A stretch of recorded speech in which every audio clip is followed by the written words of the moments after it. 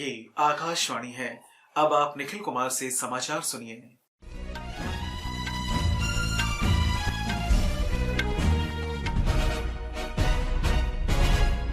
विश्वविद्यालय के 111वें दीक्षांत समारोह में कही। इस अवसर पर विश्वविद्यालय के कुलाधिपति रमेश बैस, केंद्रीय मंत्री नितिन गडकरी, राज्य के उप मुख्यमंत्री देवेंद्र फडणवीस तथा राज्य के उच्च और तकनीकी शिक्षा मंत्री चंद्रकांत पाटिल भी उपस्थित थे। राष्ट्रपति ने कहा कि तुगदोजी विश्वविद्यालय में दीक्षांत समारोह में उपाधि पाने वाले विद्यार्थियों की संख्या काफी अधिक है और विश्वविद्यालय के 80,000 विद्यार्थियों में से 50% से अधिक संख्या छात्राओं की है। कृषि विद्यालय के 29 पीएचडी विद्यार्थियों में भी 57% छात्राएं हैं। उपराष्ट्रपति जगदीप धनखड़ ने कहा है कि हाल के वर्षों में भारत की अर्थव्यवस्था और साथ ही साथ देश का वैश्विक सम्मान तथा विश्वसनीयता कई गुना बढ़े हैं। श्री धनखड़ ने आज नई दिल्ली में आकाशवाणी में प्रतिष्ठित डॉक्टर राजेंद्र प्रसाद स्मारक व्याख्यान देते हुए ये बात कही।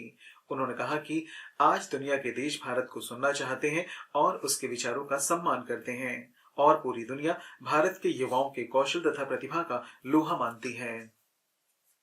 दुनिया के देश चिंतित थे कि भारत फ्रेजाइल 5 से कैसे उठ रहा है। ये मात्र 1 दशक पहले की बात है और आज का नतीजा ये है कि हमने यूके को और फ्रांस को पीछे छोड़कर 2022 में एक महारत हासिल किया और भारत दुनिया की 5वीं बड़ी महाशक्ति बना। ये सब 140 करोड़ देशवासियों की कड़ी मेहनत और कुशल नेतृत्व का परिणाम है। संसद का शीतकालीन सत्र सोमवार से शुरू हो रहा है। सरकार ने कहा कि सत्र के दौरान रचनात्मक चर्चा के लिए हम तैयार हैं। दोनों सदनों की सुचारू कार्यवाही सुनिश्चित करने के लिए सरकार द्वारा बुलाई गई सर्वदलीय बैठक के बाद संवाददाताओं से बातचीत में केंद्रीय मंत्री प्रहलाद जोशी ने कहा कि सदन को सुचारू रूप से चलाना चाहिए। उन्होंने विपक्ष से सहयोग की अपील की। उन्होंने कहा कि गत 10 वर्षों में प्रधानमंत्री मोदी के नेतृत्व में बड़े कार्य हुए और विपक्ष जिस मुद्दे पर चर्चा करना चाहता है, सरकार उसके लिए तैयार है। केंद्रीय मंत्री राजनाथ सिंह, प्रहलाद जोशी, कांग्रेस नेता जयराम रमेश, टीएमसी नेता सुदीप बंदोपाध्याय, भारत राष्ट्र समिति की नमा नागेश्वर राव, मार्क्सवादी कम्युनिस्ट पार्टी के इलामारम करीम तथा अन्य बैठक में उपस्थित थे। संसद का शीतकालीन सत्र 22 दिसंबर तक चलेगा और 19 दिन की अवधि के दौरान कुल 15 बैठकें होंगी। आकाशवाणी का समाचार सेवा प्रभाग आज रात संसद के समक्ष मुद्दे इश्यूज बिफोर पार्लियामेंट पर विशेष चर्चा प्रसारित करेगा।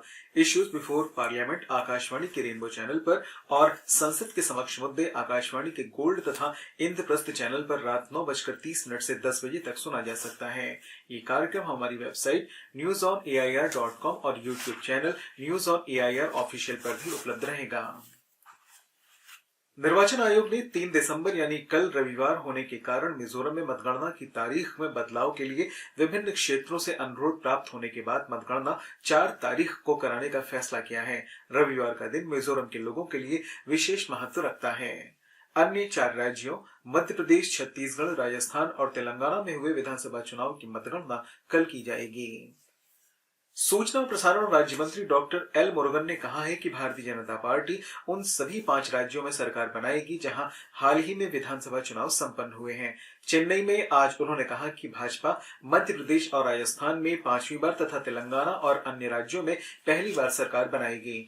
उन्होंने विश्वास व्यक्त करते हुए कहा कि मिजोरम में भाजपा गठबंधन सरकार बना लेगी।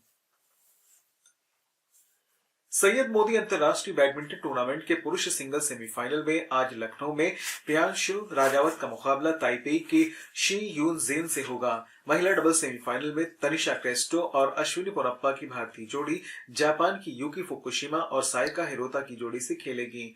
सैयद मोदी अंतर्राष्ट्रीय बैडमिंटन टूर्नामेंट 28 नवंबर से लखनऊ के बाबू बनारसी दास इंडोर स्टेडियम में खेला जा रहा है। इस टूर्नामेंट का फाइनल कल खेला जाएगा। इसके साथ ही समाचार बुलेटिन समाप्त हुआ।